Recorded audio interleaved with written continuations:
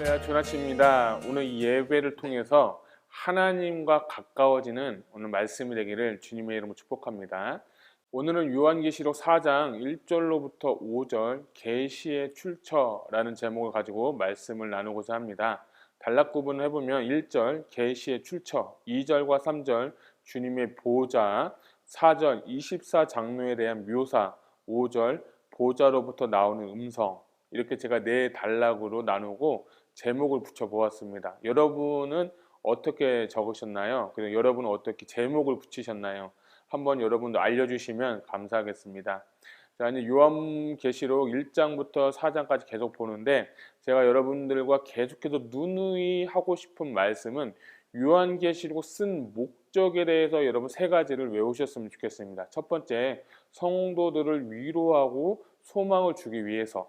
두 번째, 초대교회 성도들의 정체성을 확인하고 확신시키기 위해서. 세 번째, 재헌신을 위해서 쓰여졌다라고 했고, 성도들이 가져야 될 세 가지 코드 플러스 1이 있다고 말씀드렸죠.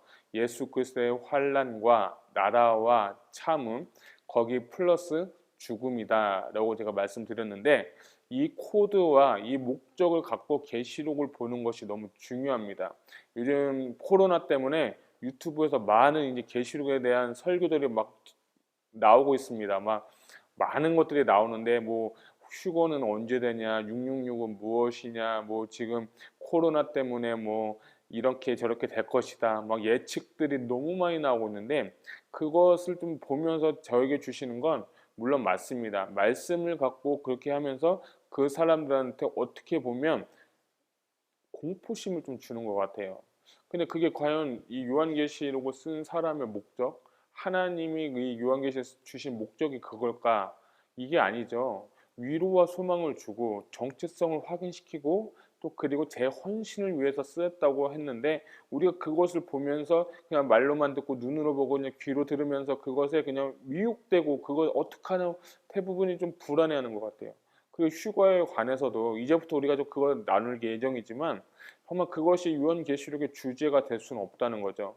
그리고 또 구약 시대에 보게 되면 휴거를 받은 사람은 얼마 없었다는 거 여러분 다 알고 계실 것입니다. 그리고 어떤 사람이 휴거를 받느냐, 그거는 계시록 7장에 가서도 우리가 한번 보도록 하겠습니다.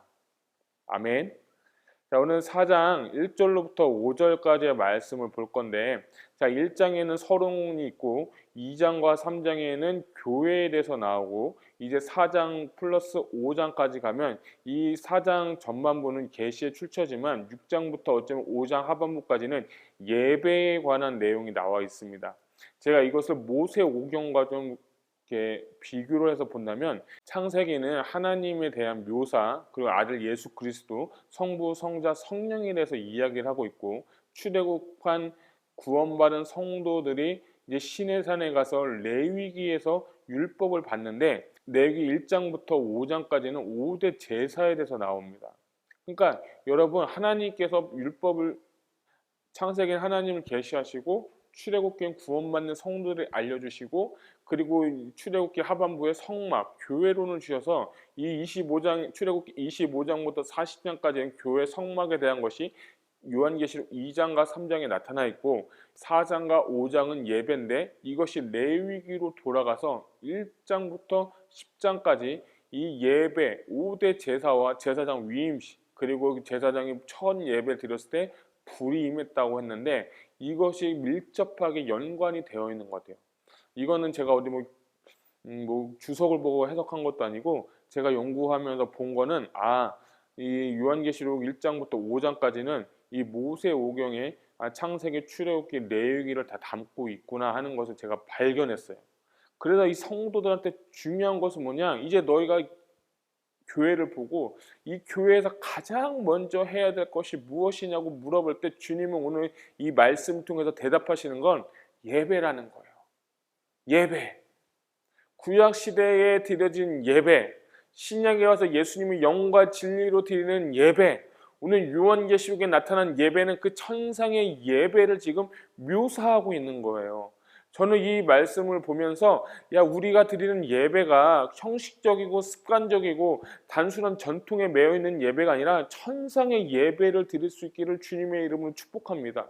사도 요한은 반모섬이라는 곳에서 계시의 출처를 오늘 보좌로부터 들었다고 했는데, 그러면서 이 예배의 천상의 예배를 보고 황홀함에 빠졌을 것 같아요. 저도 오늘 이런 예배 드렸으면 좋겠습니다. 여러분, 우리 이런 예배 사모해야 되지 않겠습니까?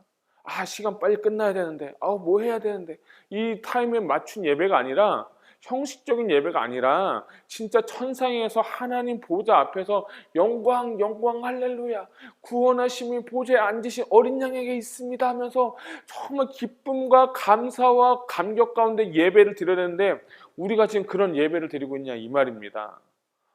목사님께 예배 드리십니까? 저도 그렇게 못 드릴 때가 많아요. 여러분, 예배하는 날 이 시간을 소중하게 여기시기를 축복합니다. 어쩌면 이 예배를 드리고 싶어도 드리지 못할 때가 있고, 초대교회 성도들은 지금 우리처럼 예배 드리는 게 아니라 몰래 숨어서 핍박과 환난과 궁핍박 가운데 이 로마의 압제와 그 통치권에서 예배를 드리는 그 모습을 한번 생각해 보는 거예요. 간절함이 얼마나 그들과 우리가 비교가 될까요? 그들이 드리는 예배, 우리가 지금 편하게 드리는 예배, 물론 우리도 간절하게 예배 드리죠. 그렇지만 그들이 드리는 예배에 비하면 제 생각에는, 제 양심으로는 좀 그들을 따라갈 수가 없을 것 같아요. 그럼에도 불구하고 주님은 오늘 이 시간 우리 모두가 다 천상의 예배를 드리기를 원한다는 겁니다. 할렐루야. 여러분, 구조를 보셨으면 좋겠어요. 4장과 5장에 나타난 천상의 예배를 우리도 드릴 수 있어야 된다. 자, 그런데 오늘 4장 1절로부터 5절은 제가 계시의 출처라고 말씀을 드렸습니다. 1장, 2장, 3장, 4장, 5장은 제가 요한계시록 32번째 시간에서 집에 기초와 같다라고 말씀드리면서 성도들이 가져야 될 신앙생활의 기초를 계속해서 말씀하고 계시는데, 그 기초를 오늘 하나 더 알려주시는데, 그것은 우리가 하나님 앞에 경배하고 예배하는 것이다. 이 관점으로 4장 1절로부터 5절까지를 잘 보셨으면 좋겠습니다. 근데 또 어떤 학자들은 이런 얘기를, 아니 왜 2장과 3장에서 교회를 얘기를 하고 왜 갑자기 천상을 보여주고 이런 것을 하냐, 장면이 확 바뀌었거든요. 제가 저번에도 말씀드린 것처럼 성령의 음성을 들음에 라면서 이 장면들이 바뀐다는 것을 제가 말씀드렸는데, 이것이 장면이 바뀌는 시그널이에요. 그래서 4장 2절에 보니까 내가 성령에 감동되었더니, 이것은 이제 장면이 바뀌는데, 왜 2장과 3장에는 교회에 대해서 나오고 핍박하고, 어떤 교회는 책망하고 어떤 교회는 칭찬하고, 그 모든 교회에 권면하고 그들에게 약속을 주시면서 이제 이들이 바라보아야 할 곳은 어디인가라고 물어보고 질문이 생길 때, 저는 이 사도 요한이 4장과 5장에서 너희의 눈과 시선을 이제 땅에 보지 말고 핍박받는 것에 어려워하지 말고 이제 너희 눈을 들어서 하늘을 보아라. 나도 지금 반모섬에서 이 강제 노역을 하고 있는 상태인데, 그럼에도 불구하고 주님은 나에게 천상의 예배를 보여주셨다. 너희 눈도 이렇게 밝아지길 원한다. 그리고 이 계시의 출처는 내가 너에게 준 것이 아니라 하늘 보좌로부터 이 말씀이 나온 것이다. 제가 중반부를 읽어드리면, 나팔 소리 같은 그 음성이 이르되 이리로 올라오라. 이후에 마땅히 일어날 일들을 내가 내게 보이리라. 그러니까 이 주님께서 보좌로부터 계시가 출처가 되어서 이것을 이제 내가 하늘로부터 올라가서 그것을 받았다라고 지금 사도 요한이 성도들한테 이야기하는 것을 볼 수 있습니다. 계속해서 사도 요한은 이 계시의 출처, 이 말씀의 출처는 내 지식과 경험에서 온 것이 아니라 하나님 보좌로부터 온 말씀, 이 말씀이라는 것을 계속해서 강조하고 있는 거예요.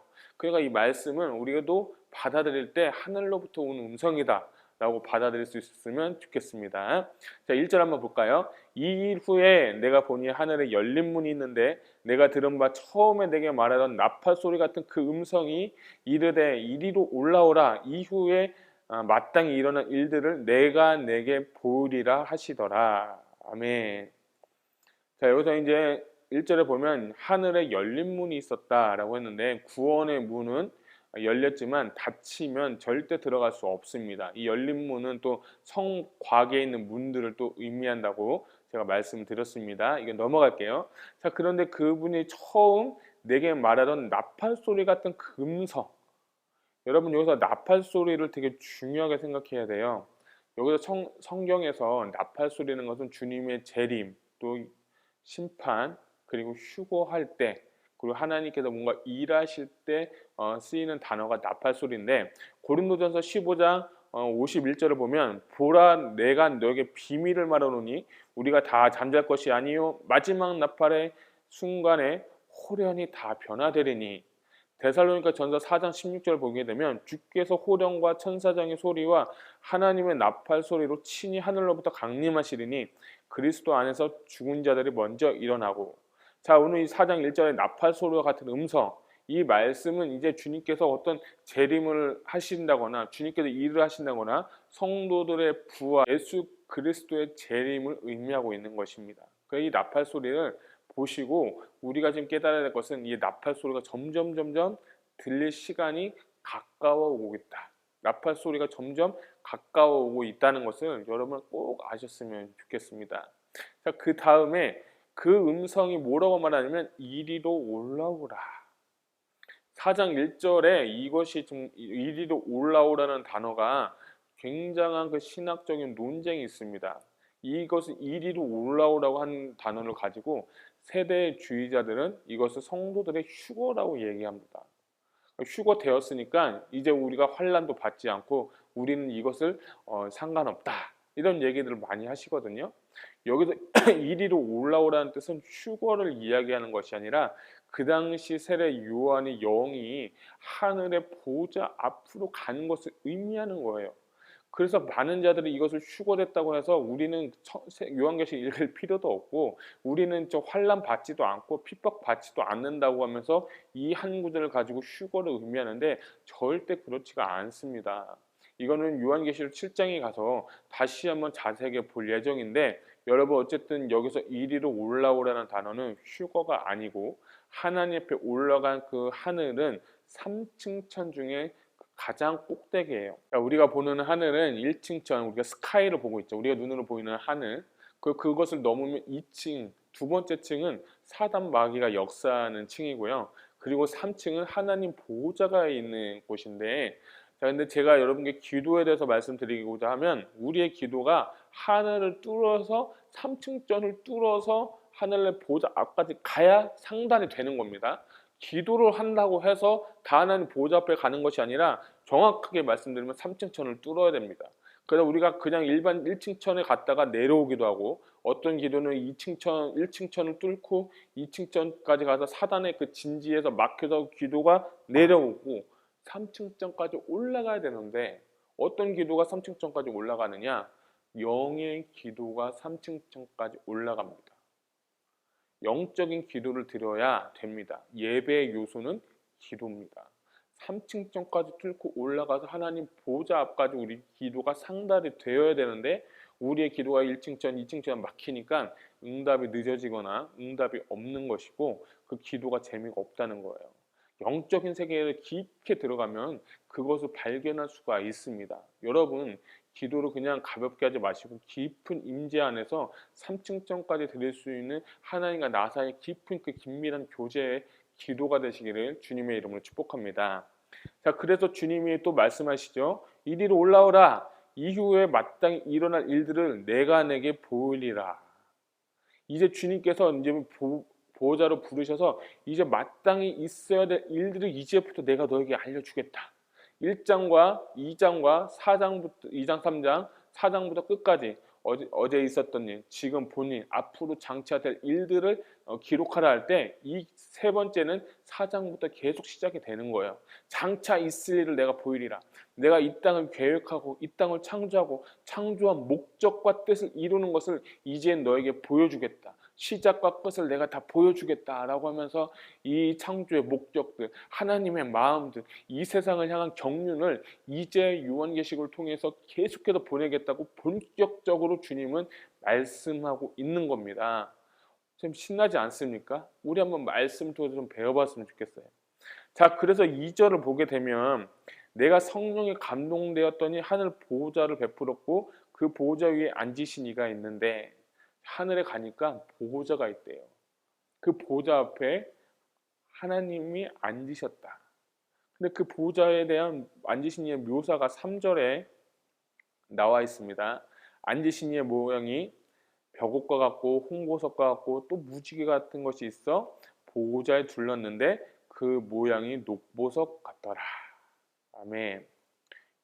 이 보호자에 앉으신 이를 대해서 묘사를 하는데 세 가지죠. 벽옥, 홍보석, 무지개와 같은 녹보석인데 여기서 벽옥이라는 것은 아주 맑고 빛난 보석을 의미하는 거예요. 마치 다이아몬드와 같은 보석인데 이것은 주님의 의로우심을 나타내고 통치권을 또 의미합니다.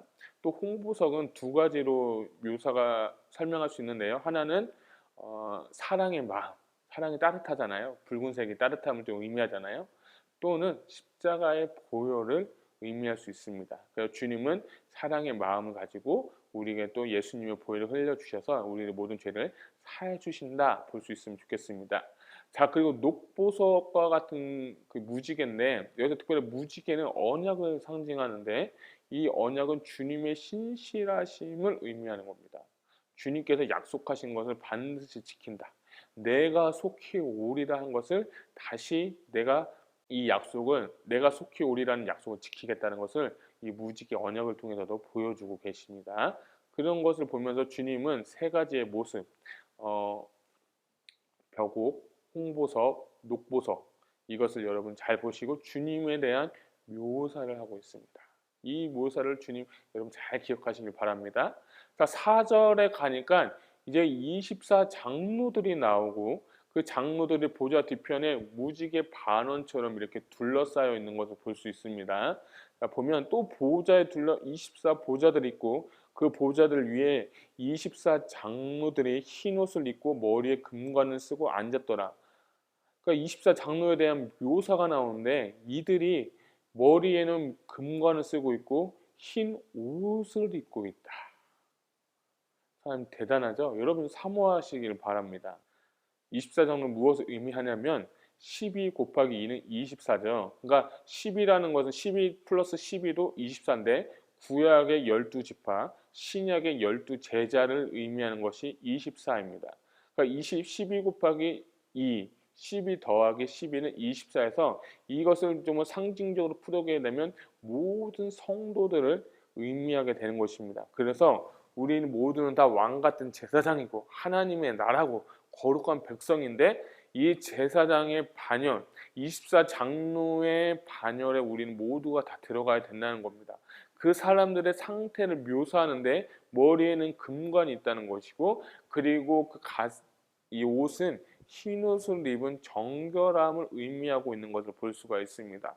우리가 주님의 보좌가 있고 그 주님의 보좌를 둘러쓴 24 장로의 그 보좌에 앉은 모습을 상상해 보셨으면 좋겠습니다. 아주 영광스럽고 아주 빛나고 아주 황홀한 모습이었을 것 같아요. 생각하면서 여러분 상상하면서 읽었으면 좋겠습니다. 자, 그 다음에 이제 5절을 보게 되면 보좌로부터 번개와 음성과 우레소리가 나고 보좌 앞에 현 등불 7이 있으니 이는 하나님의 일곱 영이라 라고 하는데 자, 오늘 이 5절 말씀을 보면 출애굽기가 좀 생각이 나셨으면 좋겠어요. 왜냐하면 모세가 시내산에 올라가서 여호와의 음성을 들을 때 오늘 읽은 말씀 번개와 음성과 우레소리가 났다고 했는데 그 말씀이 동일하게 출애굽기 20장 18절에 나와 있어요. 제가 읽어드릴게요. 뭇백성이 우레와 번개와 나팔소리와 산의 연기를 본지라. 그 주님과 모세가 시내산에서 얘기할 때 우레소리와 번개와 나팔소리가 같은 것이 들렸더라. 오늘 24장로들에 있고 그 보좌로부터 음성이 들리는데 번개와 음성과 우레소리가 났다. 권위 있는 주님의 음성이 들려지기 시작한다는 거예요. 이 권위 있는 음성을 들을 때 여러분 어떻게 되겠습니까? 출애굽기에 있었던 이스라엘 백성들은 다 엎드렸습니다. 두려워했어요. 그리고 이 사도 요한도 죽은 것 같이 누워 있었더라 라고 표현했습니다. 주님 앞에서 그 어느 누구도 살아있을 수가 없는 거예요. 주님 그 앞에서 그 어느 누구도 나설 사람은 아무도 없는 거예요. 이 주님의 권위를 인정하는 자가 되어야 하나님의 통치권 안에 사는 거예요. 그래 아까 말씀드린 것처럼 세 가지의 코드, 예수 그리스도의 환난과 나라와 참음 플러스 죽음, 이 코드를 가진 자만이 주님의 그 음성 앞에서 설 수 있고, 그 음성을 들으면 우리는 모두 다 지체처럼 변화되는 거예요. 그 음성을 여러분 들으셨으면 좋겠어요. 그 음성, 힘 있는 모습, 나팔 소리 같은 음성, 번개와 우레소리 같은 그 음성, 이 음성이 오늘 들려지길 축복합니다. 우리가 드려지는 예배 가운데 이런 확증된 음성이 들려지기를 축복합니다. 그렇게 되게 되면 우리가 그 음성을 듣고 회개도 일어날 것이고, 하나님 앞에 다시 한번 재점검을 할 것이고 재헌신을 하게 될 것입니다. 할렐루야. 그리고 보좌 앞에 또 보니까 보좌 앞에 켠 등불 7이 있으니 이는 하나님의 일곱 영이라. 일곱 영은 뭘 의미합니까? 하나님의 영으로 충만하였다. 완전하게 계신 그곳이다.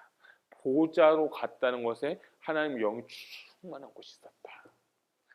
우리는 신약시대에 예배를 드리는데 우리의 영과 하나님의 영이 만나야 되는 것입니다. 할렐루야. 그리고 우리가 말씀을 읽을 때 말씀 뒤편에 있는 하나님의 영이 우리가 만나야 되는 겁니다. 그 충만한 일곱 영을 만나야 되는 것입니다. 그렇게 될 때 우리가 강건해지고 신앙생활을 할 수 있는 겁니다. 그리고 핍박을 이기고 시험을 이기고 유혹을 이길 수 있는 것이고, 환난과 역경을 우리는 이겨낼 수 있는 것입니다. 그렇기 때문에 오늘 요한계시록 4장 1절로부터 5절까지는 계시의 추천인데, 이 계시의 추천은 보좌로부터 나왔고 그 보좌를 오늘 사도 요한이 묘사했고, 그 보좌 뒤편에 24장로들에 대해서 또 묘사를 한 것을 볼 수 있습니다. 여러분, 오늘은 소망을 가지고 우리 하루를 살았으면 좋겠습니다. 하나님, 나도 이런 예배 드리게 하여 주세요. 하나님, 나에게도 주님 나의 영적인 눈을 떠서 이런 것을 보는 오늘 하루가 되게 하여 주십시오. 내 일생에 단 한 번이라도, 단 한순간만이라도 이런 영적인 것을 보고 내가 영적인 체험을 해서 내가 이 땅에 대해서 소망 갖고 살아가는 것이 아니라 하늘에 대한 소망을 갖고 살아갈 수 있는 믿음이 되게 해주십시오. 이런 믿음이 있을 때 환난과 역경과 핍박을, 또한 더 나아가서 죽음까지도 이겨낼 수 있는 것입니다. 사랑하는 성도 여러분, 오늘도 그런 하루가 되시기를 주님의 이름으로 축복합니다. 아멘.